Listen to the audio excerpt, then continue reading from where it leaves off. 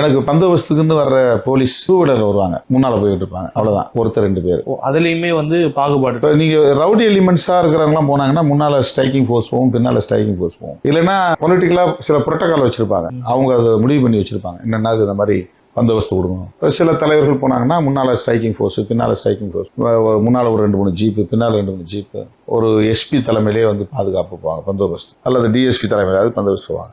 எனக்கு வந்து நான் பேசக்கூடிய அரசியல் எனக்கும் பகையை உருவாக்கி வச்சிருக்கு. ஆனால் எனக்கு இதுவரையும் எந்த இடத்துலையும் தமிழ்நாட்டில் எந்த ஆட்சி காலத்திலையும் சரி முன்னால் பின்னால் எனக்கு பெரிய பாதுகாப்புலாம், தேர்தல் பிரச்சார நேரத்தில் கூட அவ்வளோ டென்ஷனான நேரத்தில் கூட சும்மா ஒரு வேனில் வருவாங்க யாராவது 2 பேர் 3 பேர், அதில் 2-3 சாதாரண விமன் போலீஸ் உட்காந்துருப்பாங்க. சில நேரங்களில் ரோட்டில் போடுற பெட்ரோல் வண்டின்னு இருக்குல்ல, அந்த வண்டி எங்களுக்கு பாதுகாப்புன்னு அனுப்புவாங்க. அதில் ஒரு டிரைவர் உட்காந்துருப்பாரு, ஒரே ஒரு யாராவது எஸ்ஐ உட்காந்துருப்பாங்க, அவ்வளோதான், எந்த பாதுகாப்பும் இருக்காது. இப்போ அவங்கள கேட்டால், போலீஸை கேட்டால், இல்லை அது சில லீடர்ஸ்க்கு மட்டும்தான் அது இருக்குது.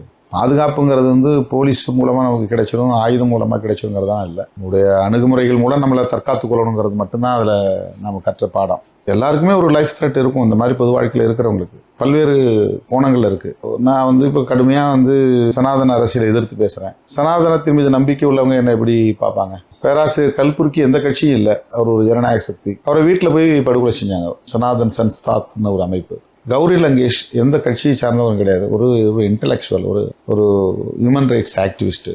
அவங்கள வீட்டில் போய் கொலை பண்ணாங்க, ரைட்டர் அவங்க, அவ்வளோதான். அந்த மாதிரி கோவிந்த் பன்சாரே, நரேந்திர தபோல்கர், அந்த 4 பேர் வந்து இந்த மாதிரி ஐடியாலஜிக்கலாக வந்து ஆர்எஸ்எஸை கிரிட்டிசைஸ் பண்ணாங்கிறதுக்காக கொல்லப்பட்டாங்க. இப்போது படுகொலை வந்து நம்ம வெறுமனே வீட்டில் உட்காந்துருந்தா கூட நடக்குது, புத்தகம் எழுதினா கூட நடக்குது, கருத்து ஏதாவது மேடைகளை கருத்து சொன்னால் கூட நடக்குது. பகை எந்த கோணத்திலிருந்தும் வரலாம், எந்த ரூபத்திலையும் வரலாம், எந்த மூலையிலிருந்தும் வரலாம்.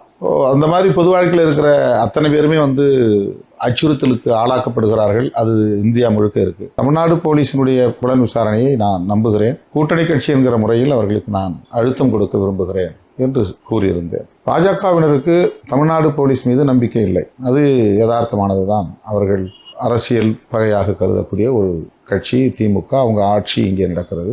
எனவே பாஜகவினர் தமிழ்நாடு போலீஸை நம்புகிறோம் என்று சொல்ல முடியாது. அவர்களுக்கு தமிழ்நாடு போலீஸ் மீது நம்பிக்கை இல்லை என்பதைப் போல பாஜக கட்டுப்பாட்டில் இருக்கிற சிபிஐ மீது நம்ம எப்படி நம்பிக்கை வைக்க முடியும் என்ற கேள்வி எழுகிறது. அதுதான் எனக்குள்ள நெருடல் அல்லது முரண். சிபிஐ விசாரணை கூடாதுன்னு நான் சொல்லலை, அல்லது சிபிஐ விசாரணை செய்யும் நான் சொல்லலை, அந்த மாதிரி எந்த ஸ்டேட்மெண்ட் நான் சொல்லலை. அது தவறாக சொல்லிட்டு இருக்கிறாங்க.